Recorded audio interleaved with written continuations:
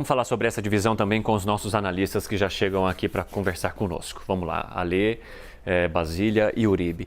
Nessa semana eu vi um comentário muito interessante, da psicanalista e também mestre e doutora pela USP, Vera Iaconelli, dizendo que milhões de pessoas vão ficar em luto depois do resultado das eleições, exatamente por causa da polarização aqui no país. E que essas pessoas que já estão com a questão mental muito defasada por conta dessa pressão que a gente vem vivendo agora nas eleições, com primeiro e segundo turno, elas vão ter de encontrar formas de encarar isso, independentemente de quem vença, porque tem quase 50% para um lado, 50% para o outro, alguém vai sofrer, alguém vai comemorar. E que o que isso representa também, Uribe, no dia a dia da gestão pública, no dia a dia de quem assumir esse cargo no poder a partir de 2023? Vai ser um grande abacaxi para descascar. Primeiro pelas questões em relação ao orçamento, que sempre citamos aqui.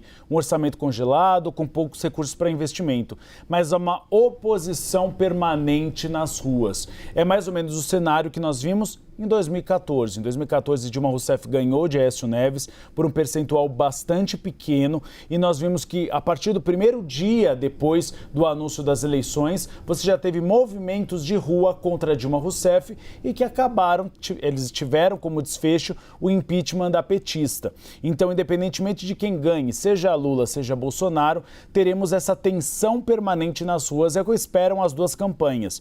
É por isso que ambas já têm preparado um discurso para a vitória, tanto Jair Bolsonaro como Luiz Inácio Lula da Silva, um discurso de pacificação nacional. E aí eu lembro da Basília Rodrigues, ela fez uma lembrança muito importante de que o primeiro discurso de Dilma Rousseff, ela não vestia vermelho, ela vestia branco. Essa representação da cor deve ser bastante explorada neste início. É por isso que Simone Tebet fez essa defesa, de que a campanha petista use o branco. É uma sinalização à paz, que o presidente que for eleito irá governar para todos os brasileiros e não para metade deles. Então, é importante que as pessoas mantenham a calma, não vale a pena brigar com parentes e amigos. Eu sempre conto uma história que eu vi uma briga, uma discussão entre o líder da oposição e o líder do governo no plenário do Congresso Nacional, e horas depois eu fui a um restaurante tradicional de Brasília, os dois estavam sentados juntos bebendo uma garrafa de vinho. Então há o picadeiro da política, ou seja, o teatro midiático, e há os bastidores. Eles não são inimigos, eles são adversários de ocasião, e amanhã podem estar juntos. Veja Jair Bolsonaro e Sérgio Moro, Geraldo Alckmin e Luiz Inácio Lula da Silva. Então não vale a pena brigar. Caso seu candidato não vença, relaxe, tome um banho gelado, pondere, medite, que tudo vai adiante. Não vale a pena brigar por política.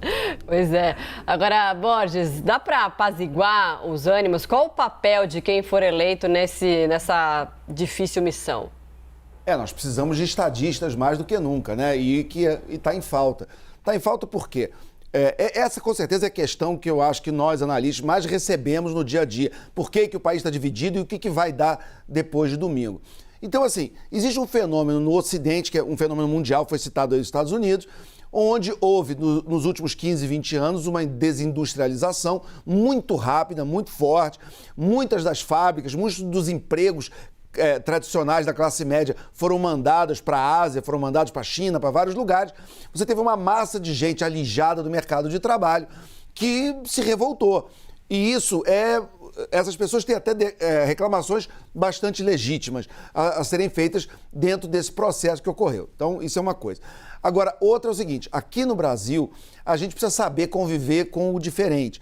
A gente precisa conseguir entender que alguém pode ter uma ideia diferente. A gente precisa ter tolerância. O termo intolerância, que a gente escuta toda hora aqui na discussão política, é um termo roubado da medicina. Tem gente que tem intolerância, por exemplo, à lactose ou a glúten. Ou alguma coisa. Quer dizer, o que é uma intolerância? É você digerir algum tipo de alimento, mas não conseguir processar ele dentro de você. E aquilo vai te causar um problema, vai te causar algum tipo de doença ou de reação, que no limite, uma reação alérgica pode até causar morte, A alergia é a reação mais exagerada. Então, quando a gente fala em intolerância, é interessante você pegar o entendimento desse conceito da medicina e trazer para a política.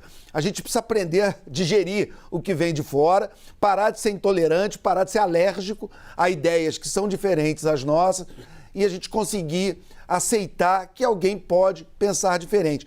Principalmente nessa época onde as redes sociais elas mandam no debate e o que repercute normalmente é a opinião mais radical. É aquela opinião que apela aos sentimentos das pessoas mais profundos. Ou mesmo quando você discorda, isso é uma coisa que a gente vê muito nas redes sociais, olha que absurdo que o fulano falou. Então, assim, mesmo que você não goste daquilo, se aquilo é sensacionalista, radical, a pessoa, mesmo que não concorde, vai lá e compartilha, engaja. Enfim, enquanto que se você dá uma opinião calma, ponderada, prudente, normalmente isso é visto como chato, tedioso, e todo mundo, tá bom, vai, passa adiante, mas, pô, você viu aqui o que o sujeito ali falou, que absurdo? Então, isso também é algo que a gente tem que aprender a conviver. É disso que o populista se alimenta. Ele se alimenta desse clima onde as pessoas estão com os nervos à flor da pele e o populista, em vez de jogar água na fervura, ele estimula, ele sabe canalizar aquela energia, aquele sentimento para o seu ganho político. Então, independente de quem ganha a eleição no domingo, a sociedade, mais do que os políticos, porque os políticos têm suas agendas próprias, mas nós, como sociedade, a gente tem que trabalhar muito nos nossos amigos do trabalho, nossos parentes, as pessoas que a gente convive, para que as pessoas aprendam a tolerar. A democracia é um regime onde você assina um contrato fictício que você diz: vai ter uma eleição, se o meu candidato ganhar, ótimo, se o meu candidato perder, eu tenho que aceitar o resultado. Porque se eu só aceito o resultado que me interessa, não é democracia, é ditadura. E se nós todos queremos democracia, a gente precisa lembrar as pessoas que democracia também é aceitar a vitória de quem você não votou. E Basília, é nesse caminho que eu gostaria de seguir contigo, porque essa paixão sem limites por determinado candidato, por determinado político, também pode ser usada como um espaço para propagação de fake news ou de desinformações que justamente grudem nessas pessoas que, apaixonadas, não conseguem olhar para o candidato, para quem o acompanha de forma crítica. Pois é, né? O diagnóstico está dado aí por você, Cine. A crise também é psicológica, haja terapia para poder desfazer, né, esses nós que vão ser atados depois desse resultado de segundo turno.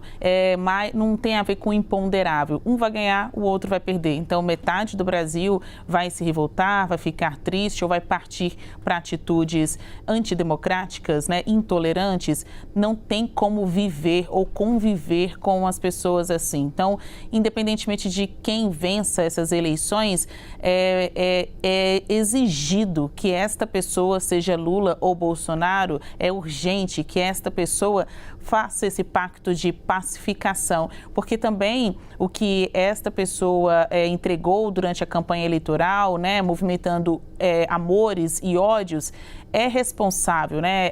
Essa pessoa serve como um exemplo para não deixar que seus seguidores, os seus correligionários, partam aí para o tudo ou nada, para atitudes que podem, inclusive, serem criminalizadas, né? Serem enquadradas aí na lei.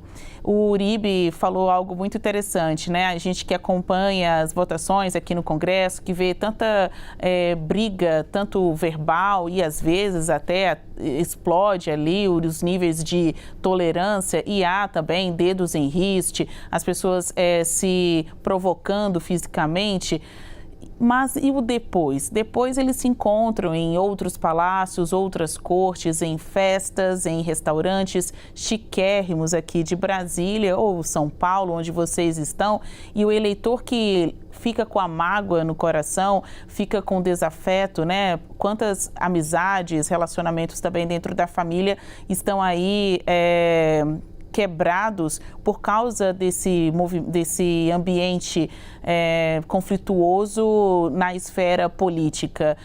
Quem aqui, que está na tela, não perdeu ou deixou de falar com algum amigo porque ele pensa diferente? Às vezes não é porque a gente tá assim, mas é porque o outro lado também não está muito receptivo, né? No mínimo, a gente que está acompanhando o dia a dia da política sabe muito bem quem é de verdade, quem é de mentira e o quanto esse jogo de provocações e ironias não vale nada quando o assunto é um relacionamento como uma amizade ou um namoro, ou essas relações ainda mais da origem, né? Entre pais, entre filhos, enfim, infelizmente a gente tem famílias divididas hoje no Brasil como resultado desse conflito político 2014, 2018 e agora 2022. Qualquer presidente que seja eleito precisa fazer esta mensagem de pacificação ao país. Ou então a gente não vai conseguir